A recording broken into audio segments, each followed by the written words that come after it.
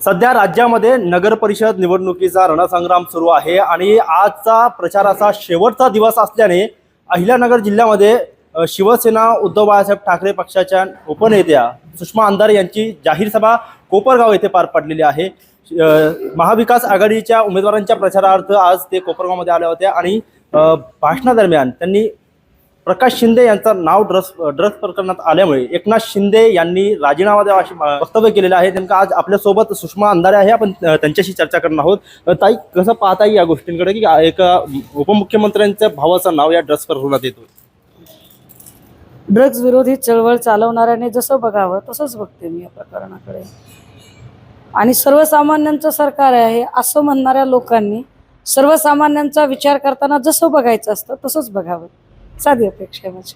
आज एकनाथ शिंदे देखील कोपरगावात येत आहे, तुम्ही देखील त्यांच्यापूर्वी या ठिकाणी सभा घेतलेली आहेत आणि अनेक आरोप त्यांच्यावरती केलेले आहेत आणि एकंदरीत आपण जर बघितलं तर उपमुख्यमंत्र्यांनी सांगितलंय की या प्रकरणाशी एकनाथ शिंदेचा संबंध नाही। मुख्यमंत्री जज आहेत का? देवेंद्र फडणवीस जज आहेत? जर देवेंद्र फडणवीस जज असतील आणि कोण गुन्हेगार कोण निर्दोष हे ठरवायचा अधिकार त्यांना असेल तर मग न्याय व्यवस्था कशाला ठेवली? मग भारतातल्या सगळ्या न्यायालयांना कुलप लावा, बंद करून टाका सगळी न्यायालय आणि काय खरं काय खोटं याचं प्रत्येक वेळेला देवेंद्रजींना विचारत चला आणि देवेंद्रजींच्या कार्यालयाच्या बाहेर एक पाटी लावून टाका, येथे क्लीन चिट करून मिळतील म्हणून। आपण जर बघितलं तर माणिकराव कोकाटे यांचं जे 2 दिवसापासून मुद्दा गाजतोय की त्यांना अटक वॉरंट निघालं आणि आता न्यायालयाने ते स्थगित केलेलं आहे, एकंदरीत कसं पाहता या सगळ्या गोष्टींकडे? इथला सर्वसामान्य माणूस फक्त पाहूच शकतो दादा, इथला सर्वसामान्य माणूस बोलू शकत नाही, तो काहीच करू शकत नाही, तो फक्त पाहू शकतो। काय पद्धतीने न्यायव्यवस्थेची टिंगल उडवली जाते, काय पद्धतीने पोलिसांना, पोलीस वाघ असले तरी त्यांचे दात काढून घेतले जात आहेत की काल नाशिकचे पोलीस अटकेसाठी त्यांच्याकडे जाऊन बसतात पण त्यांना ते अटक करू शकत नाही। किती दुरावस्था आहे, किती केविलवाणी अवस्था आहे। आणि देवेंद्रजी त्या खात्याचे मंत्री आहेत, देवेंद्रजी आपल्या खात्याच्या कर्मचाऱ्यांना ही ताकद पुरवू शकत नाही, कारण देवेंद्रजी हे खात्याचे मंत्री असण्यापेक्षा देवेंद्रजी ही भ्रष्टाचारांचे रक्षण करते जास्त आहे।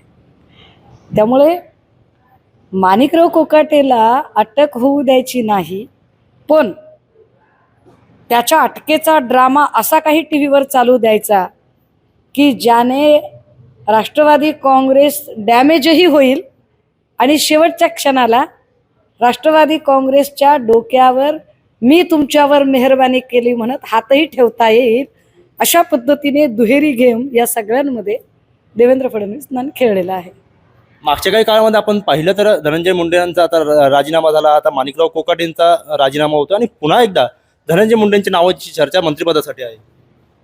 असेल, मला माहित नाही त्याच्याबद्दल, आणि असली तरी त्यांना घ्यायचं की नाही घ्यायचं हा मला वाटतं त्या सरकारचा प्रश्न आहे। मला वाटतं याच्यावरचं उत्तर ही राष्ट्रवादी काँग्रेस आणि देवेंद्र फडणवीस ही चांगली देऊ शकतील। तुम्ही आता भाषणामध्ये सांगितलं की या ठिकाणी अजित पवारांची राष्ट्रवादी असेल, एकनाथ शिंदेची शिवसेना असेल, कुठेतरी संपवायचा प्रयत्न भाजपकडून सुरू आहे। हो, पुन्हा एकदा सांगते, संपवायचा प्रयत्न केला जातो। अमित शहांनी भाषणामध्ये सांगितलं कि 2029 के चुनाव में हमें किसी के भी किसी तरह के बैसाखियों की जरूरत नहीं पड़े। आता ह्या कुबड्यांची गरज नाही। कुबड्या कुणाच्या कुणाच्या आहेत बरं? तर एका बाजूला कुबडी शिंदेची आहे, दुसऱ्या बाजूला कुबडी दादाची आहे। आता या 2 कुबड्या काढून टाकायच्या म्हणजे काय करायचं? आम्हाला आधी कळलंच नाही काय करायचं ते, आता हळूहळू आम्हाला कळायला लागलं। म्हणजे रामदास कदमांचं बिअर बारचं प्रकरण असेल, संदीपान भुमरेची शेकडो एकरची जमीन असेल, संजय शिरसाटची लागलेली SITची चौकशी असेल, हे सगळे जर बघितले तर कशा पद्धतीने, आणि आता तर शिंदेच्या भावाचंच ज्या पद्धतीने प्रकरण उघडकीस आलेलं आहे। आम्ही लढणार, आम्ही लढतोय, पण शिंदेच्या भावावर कोणालाही माहीत नव्हतं। ती धाड सातारा पोलिसांनी नाही टाकली, ती धाड मुंबई पोलिसांनी टाकली। मुंबई पोलिसांच्या यादीमध्ये आत्मजी सावंत यांच्यासोबत एक बलकवडे नावाचा ऑफिसर होता अशी माहिती कळते। हे बलकवडे देवेंद्रजींच्या फार विश्वासातले असल्याचं पण सांगितलं जाते। तीच गोष्ट इकडे आहे अजितदादांच्याकडे। धनंजय मुंडेंचा राजीनामा, माणिकराव कोकाटेंचे रोज नवे घोळ, रोज नवं प्रकरण, आता काय आज मंगेश कुडाळकरचंच प्रकरण. म्हणजे विचार करा की अजित पवार आणि एकनाथ शिंदे यांच्याकडचे सगळे मंत्री, सगळे आमदार, सगळे खासदार गोत्यातले, आणि एकटे देवेंद्र फडणवीस तेवढे धुतल्या तांदळाचे, स्वच्छ, एकदम स्वच्छ चारित्र्याचे. हा जो वेडेपणा आहे आणि महाराष्ट्रातल्या जनतेला गृहीत धरण्याचा प्रकार आहे. का गृहीत धरू शकतात? त्यांना माहिती आहे की निवडणूक आयोग आमच्या हातात आहे. त्यांना माहिती आहे की न्याय व्यवस्था, निवडणूक आयोग, सगळ्या यंत्रणा ज्या पद्धतीने प्रभावित करण्याचा प्रयत्न केला जातो. आणि मी म्हणूनच म्हणते की देवेंद्र फडणवीस इज नॉट जज. Please don't interfere. तुम्ही जज नाही आहात. कृपया अशा पद्धतीची विधानं करून तपास यंत्रणा त्यांनी प्रभावित करू नये. निष्पक्ष चौकशी होऊ द्यावी. आणि निष्पक्ष चौकशी होऊ द्यायची असेल तर ज्या पद्धतीने वाल्मिक कराडचा राजीनामा, वाल्मिक कराडच्या प्रकरणात तुम्ही धनंजय मुंडेंचा राजीनामा घेतला, किंवा या सगळ्यांमध्ये पार्थ पवारच्या प्रकरणात अजित पवारांचा राजीनामा मागितला, मी तशीच थेट मागणी करते की प्रकाश शिंदेची चौकशी करायची आहे तर एकनाथ शिंदेचा राजीनामा झालाच पाहिजे. आता आपण पाहतोय की या नगर परिषदांच्या निवडणुका राज्यामध्ये पार पडते. आता सेकंड टप्प्यामध्ये जे आहे तर या ठिकाणी जे उर्वरित नगरपालिका होते ते पार पडले. परंतु कोपरगावचा विचार केला आपण तर या ठिकाणी जे महायुतीमध्ये 3 पक्ष एकत्र आहे त्या तिघांनी वेगवेगळे उमेदवार दिलेले. कुठंतरी या तिघांनी वेगवेगळे उमेदवार देऊन विरोधी पक्षांना संपवायचा हा प्रयत्न असे असं वाटतं मला. हे तिघेही मोठे शातीर लोक आहेत. तिघांनी जे वेगवेगळे उमेदवार दिलेत ना, त्याचं असं आहे गणित की तुझ्याकडून जेवढे निवडून येतील तेवढे येऊ दे, तुझ्याकडून येऊ दे, तुझ्याकडून येऊ दे, मग बघू नंतर आपण एकत्रच बसून काय करायचं ते.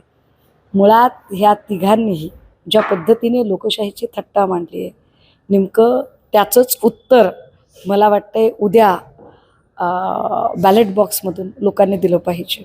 आणि म्हणून आमची अपेक्षा आहे की सपना मोरे या अत्यंत सर्वसामान्य कुटुंबातून आलेल्या उमेदवार आहेत. आणि ज्या पद्धतीने सगळा पक्ष फुटत असताना किंवा अनेक लोक सत्तेसाठी, खोक्यांसाठी इकडे तिकडे पळत होते, तेव्हा भरत मोरे आणि त्यांची फॅमिली फार ताकदीने सोबत पक्षासोबत उभी राहिली. आणि एका निष्ठावंत शिवसैनिकाला या निमित्ताने न्याय मिळत असेल तर नक्कीच आपण जर बघितलं तर काही नगरपालिका, नगरपंचायतींच्या निवडणुका मतदान उद्या आहे आणि 21 तारखेला राज्यातील 288 जवळपास जे नगरपालिका, नगरपंचायत आहे त्यांचा निकाल लागणार आहे. ठाकरे गटाला नेमकं काय विश्वास आहे विचार? ठाकरे गटाला प्रचंड विश्वास आहे. आता ठाकरे गटाला विश्वास का आहे असा प्रश्न जे विचारतात त्यांचा निवडणूक आयोगावर फार विश्वास आहे. त्यामुळे ते निवडणूक आयोगाच्या भरोशावर बाता मारतात.